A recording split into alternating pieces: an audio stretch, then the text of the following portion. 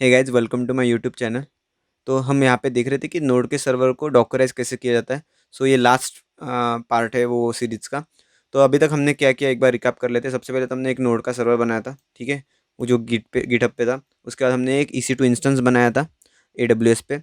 उसके बाद हमने वो EC2 इंस्टेंस पे डॉकर कंपोज को इंस्टॉल किया था, ओके।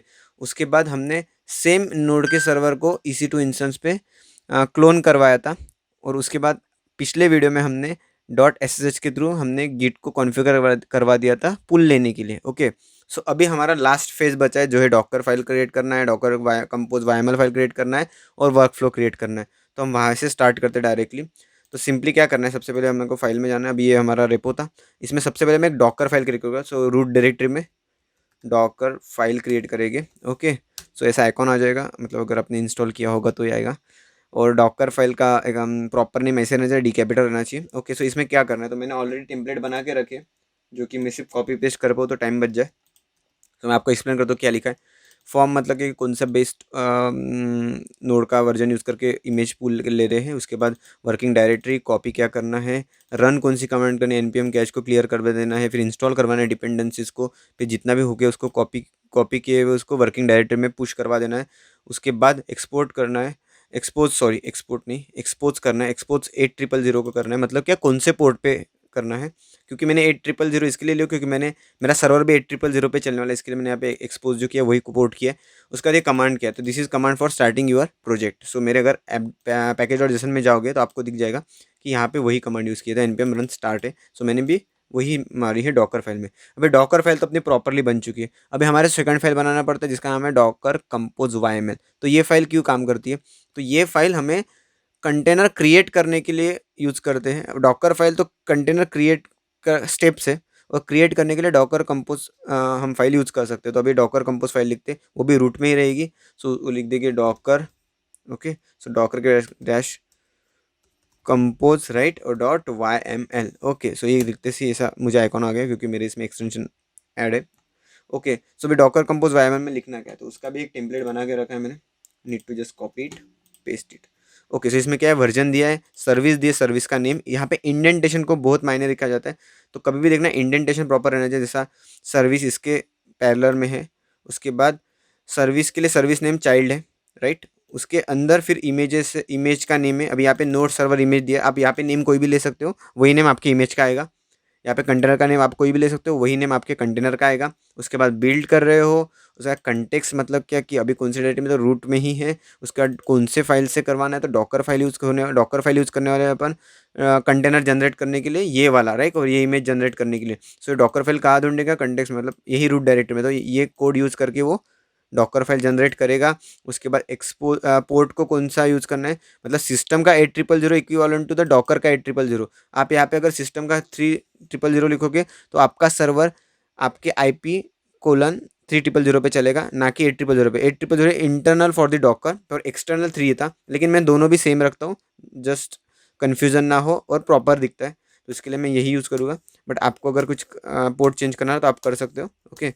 सो ऑलराइट, सो अभी यहाँ पे .env फाइल, सो env फाइल यूज करके इमेज जनरेट होने वाली, मतलब पूरा डेटा प्रॉपरली जो यहाँ पे जो दिख रहा है ना आपको, एक मिनट में दिखाता हूँ सेव करके। ये जो जनरेट हो रहा है तो इसमें भी .env का env यूज़ करनी चाहिए, तो उसके लिए इसको इंक्लूड भी किया है इसमें। तो इतना कुछ लिख दिया, तो this is the Docker compose file, okay. तो ये डॉकर कंपोज फाइल परफेक्ट है। अभी हमें सिर्फ लास्ट स्टेप है अपना, जो कि एक नया गिटहब एक्शंस। तो गिटहब एक्शन मोस्टली सबको पता होगा, अगर नहीं पता होगा तो आपको सबसे पहले एक फोल्डर बनाना पड़ेगा रूट में, जिसका नाम रहेगा .github, right. Sorry already exist बोल रहा है ये, ओके। सो गिटहब है, ठीक है। उसके अंदर गिटहब के अंदर हमें एक फोल्डर बनाना है, ठीक है। उसका नाम है वर्क फ्लो, FWS, ठीक है, एस चाहिए अपने को। सो .github के अंदर एक फोल्डर रहेगा जिसका नाम रहेगा वर्क फ्लोज। उसके अंदर हम फाइल लिखेंगे जिसका नाम रहेगा डिप्लॉय। अब ये नाम आप कुछ भी दे सकते हो, मैं यहाँ पे डिप्लॉय.yml दे रहा हूँ, आप कुछ भी दे सकते हो। मैंने डिप्लॉय.yml दे दिया। अभी इसके अंदर उसका भी एक टेम्पलेट बना के रखा है मैंने प्रॉपरली, आपको सिर्फ कॉपी पेस्ट करके दिखा रहा हूँ मैं, क्योंकि इसमें टाइम बचता है और मेरे को एक्सप्लेन कर पाऊंगा मैं। सो ये नेम है ऑन, मतलब क्या कि ये गिटहब एक्शन ट्रिगर कब होगा, जब आप पुश करोगे कौन से ब्रांच में, मेन ब्रांच में पुश करोगे, तब ये नीचे का कोड एग्जीक्यूट होगा। तो उसमें क्या होगा, जॉब्स है। अभी कितने जॉब है, यहाँ पे सिंगल जॉब है, यहाँ पे भी इंडेंटेशन सबसे मेन है, ठीक है। उसमें डिप्लॉय नाम का जॉब है। तो ये जॉब में क्या होगा सबसे पहले तो ये उबंटू लेटेस्ट पे रन होगा वो गिटहब एक्शन के सर्वर पे, और ये एक स्टेप्स है, इतने स्टेप्स उसमें होने वाली है। तो स्टेप्स में क्या होने वाला है, सबसे पहले हम एसएसएच कनेक्ट करने वाले डिप्लॉय करने के लिए ऐप को, उसके लिए हम third party GitHub action use करने वाले जिसका नाम है एप्पल बॉय। तो इसके ये क्या करता है, ये एक सर्टन कॉन्फ़िगरेशन यूज़ करता है जिसके थ्रू गिटहब सर्वर हमारे एडब्ल्यूएस के सर्वर को कनेक्ट होगा, और जैसा हम यहाँ पे कमांड लाइन से कमांड टाइप कर पा रहे थे वैसा गिटहब एक्शन कर पाएगा। तो अभी उसके लिए उसने होस्ट लिया जो कि अपना एडब्ल्यूएस का होस्ट रहेगा, जो आईपी एड्रेस रहता है उसका यूज़र नेम, हर बार ध्यान में रखना कि एडब्ल्यूएस का यूज़र नेम उबंटू के लिए उबंटू ही रहता है। उसके बाद की इज़ नथिंग बट एसएसएच की, जो हमारी पिम फाइल है हम वो पिम फाइल देंगे। उसके बाद port is always goes for 22। तो आप बोलोगे ये वैल्यू कहाँ से आएगी, इसका मैं बाद में बताऊँ सीक्रेट कहाँ लिखे जाते हैं गिट के, तो आप यहाँ समझ लो कि यहाँ पे वो वैल्यू आने वाली है। ओके, ये आने के बाद आप जितना ही इतना लिखोगे तो आपका गिटहब का सर्वर ऑटोमेटिकली ये जब रन होगा कोड, तो वो आपके एडब्ल्यूएस के सर्वर को कनेक्ट हो गया। ठीक है, अब कनेक्ट होने के बाद वो सबसे पहले काम करेगा, सीडी करेगा नोड सर्वर में। अभी अपने को ये नहीं चाहिए क्योंकि अपना ये इसके आगे था नहीं। नोड सर्वर को कनेक्ट किया, उसके बाद वो गिट पुल करे। अभी आप यहाँ पे जब वो आपका गिटहब एक्शन का जो गिटहब एक्शन है जब आपके सर्वर पे पुल लेगा, वो टाइम पे उसको यूज़र नेम पासवर्ड नहीं आएगा। क्यों नहीं आएगा, क्योंकि हमने जो फोर्थ स्टेप में गिटहब विद एसएसएच कनेक्शन किया था उसके थ्रू अभी हमें कभी भी यूज़र नेम और टोकन डालने का ज़रूरत नहीं गिट पे, इसके लिए ये डायरेक्टली पुल ले लेगा। तो आपको अभी समझा होगा कि मैंने सेकंड वीडियो में डॉट एसएसएच क्यों यूज़ किया। ओके, सो वो यूज़ होने के बाद हमने यहाँ पे जितने भी स्टॉप कर दिए कंटेनर जिसका नाम नोड सर्वर कंटेनर है। अब ये कहाँ से आया, तो हमने जो कंटेनर बनाया था, मतलब प्रीवियस कंटेनर को तुम स्टॉप कर दो, ऐसा ये इसमें कहा गया है। उसके बाद रिमूव कर दो प्रीवियस कंटेनर को, प्रीवियस इमेज को भी रिमूव कर दो, उसके बाद फ्लश करवा दो सबको, उसके बाद नई फाइल जनरेट करो, नई इमेज जनरेट करो, उसका नया कंटेनर जनरेट करो और वो कंटेनर को रन करो। इतने सिंपल कमांड्स इसमें लिखे। ठीक है, अब आप बोलोगे कि ये कॉन्फ़िगरेशन कहाँ से आएगा, तो ये सीक्रेट से आता है। अब गिट के सीक्रेट्स कहाँ रहते हैं, तो सिंपली मैं आपको दिखा देता हूँ गिट के सीक्रेट्स कहाँ रहते हैं। मैंने ऑलरेडी इसमें डाले थे एक बार। तो सेटिंग्स में जाना है, परफेक्टली सेटिंग्स में जाने के बाद आपको जाना है सीक्रेट्स में और एक्शंस में। तो आपको दिख रहा है यहाँ पे मैंने ऑलरेडी डाल के रखे हैं, लेकिन आपके सामने फिर से एक बार डाल के दिखाता हूँ मैं। सो मैं सबसे पहले जाता हूँ रूट रिमोट होस्ट के लिए, यहाँ पे एडिट किया। तो आप यहाँ पे उसकी वैल्यू का नेम भी डाल सकते हैं। अभी यहाँ पे रिमोट होस्ट है, उसकी वैल्यू क्या है, तो आपको सिंपली आपके जो एडब्ल्यूएस का सर्वर रहेगा उसका आईपी, अब इसका आईपी मेरा ये है, मैंने इसको कॉपी किया वो डाल दिया। आपका जो आईपी रहेगा आप वो रिमोट होस्ट के लिए डालोगे। हो गया, परफेक्ट। अब ये होने के बाद सेकंड क्या था अपना, सेकंड था अपना रिमोट यूज़र नेम। तो मैं इसमें जाता हूँ, मैंने ऑलरेडी डाल के रखे इसके लिए, तो आपको यहाँ से ऐड न्यू करना है। ठीक है, और यहाँ से आप नाम डाल सकते हो, लेकिन मैंने ऑलरेडी इसमें डाले थे एक बार, तो इसके लिए मैं वही यूज़ कर रहा हूँ। सो यहाँ पे रिमोट में गया यूज़र नेम। सो यहाँ पे यूज़र नेम क्या आएगा, हरदम उबंटू। ओके, सुन, हर बार उबंटू ही रहेगा। अगर आप उबंटू एडब्ल्यूएस में EC2 इंस्टेंस क्रिएट कर रहे हो तो उबंटू रहेगा, वो कर दिया। उसके बाद थर्ड वाला कौन सा है, एसएसएच की। अब ये की कौन सी, ये की है जो पिम फाइल जिसके लिए आपने आपके लोकल से एडब्ल्यूएस को कनेक्ट किया था। ठीक है, वो पिम फाइल मैंने जब EC2 इंस्टेंस क्रिएट करते हैं तब बताया था ना, वो पिम फाइल क्रिएट कर सकते हैं आप।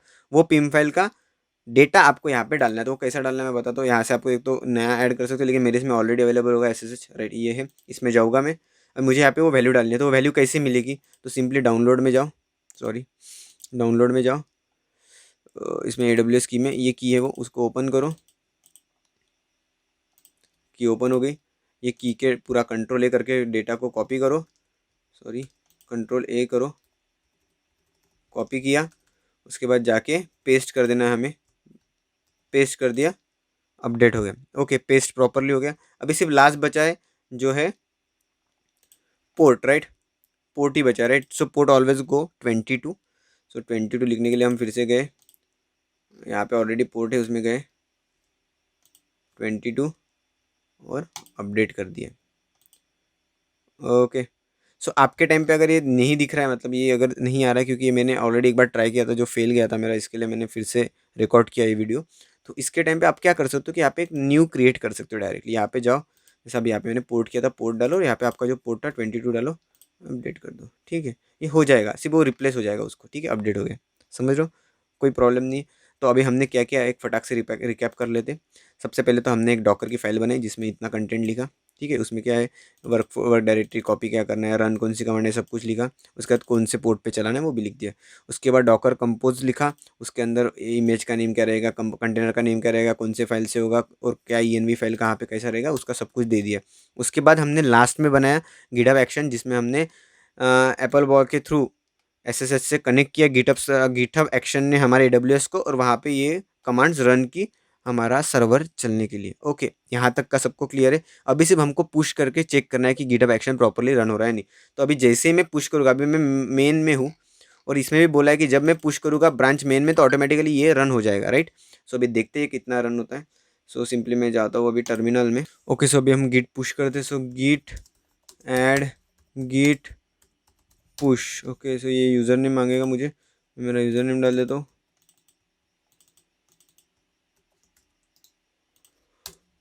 उसके बाद मुझे टोकन चाहिए, टोकन डाल दिया। ओके सॉरी, मैं ऑथेंटिकेशन फेल हुआ, मुझे एक बार फिर से कॉपी करने दो, मैंने प्रॉपर कॉपी नहीं किया होगा। पेस्ट यूज़र नेम पेस्ट हो गया। उसके बाद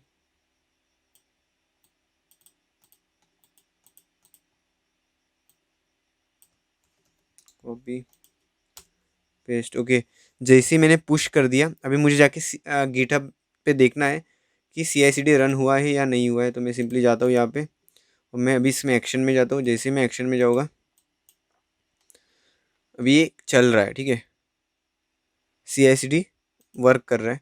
अभी हम देखते हैं इसके अंदर क्या हो रहा है। तो डिप्लॉय जॉब चल रहा है। अभी डिप्लॉय जॉब करेगा क्या, deploy job simply Apple boy से कनेक्ट हो जाएगा, उसके थ्रू SSH से कनेक्ट होगा अपने सर्वर को, अपने सर्वर पे जाके बिल्ड जनरेट करेगा, मतलब डॉकर की इमेज जनरेट करेगा और उसको रन करेगा। देखो ये इमेज जनरेट कर रहा है, सक्सेसफुली क्रिएट हो गया, सक्सेसफुली क्रिएट हो गया, खत्म हो गया। अभी आपको पता है कि हमने एक्सपोज किया था 8000 को, राइट। सो मैं सिंपली क्या करूँगा, इसमें जाऊँगा अपने EC2 के इंस्टेंस पे, कॉपी किया उसका IP एड्रेस को, यहाँ गया पेस्ट किया, सॉरी कॉपी नहीं हुआ था प्रॉपर। मैं अभी EC2 के इंस्टेंस पे गया, IP एड्रेस को कॉपी किया, आगे गया यहाँ पे पेस्ट किया और 8000 डाल दिया। जैसे ही मैंने डाला हमारा सर्वर चालू हो गया। तो अभी अपना जो सर्वर है डॉकराइज्ड है और AWS पे होस्टेड है। अगर आपको चेक करना है तो मैं सिंपली कनेक्ट करवा देता हूँ सर्वर को, ठीक है। ये मैं की के साथ कनेक्ट करता हूँ, ठीक है। कनेक्ट करने के बाद अभी मैं सर्वर को कनेक्ट हूँ, सूडो, ठीक है, सूडो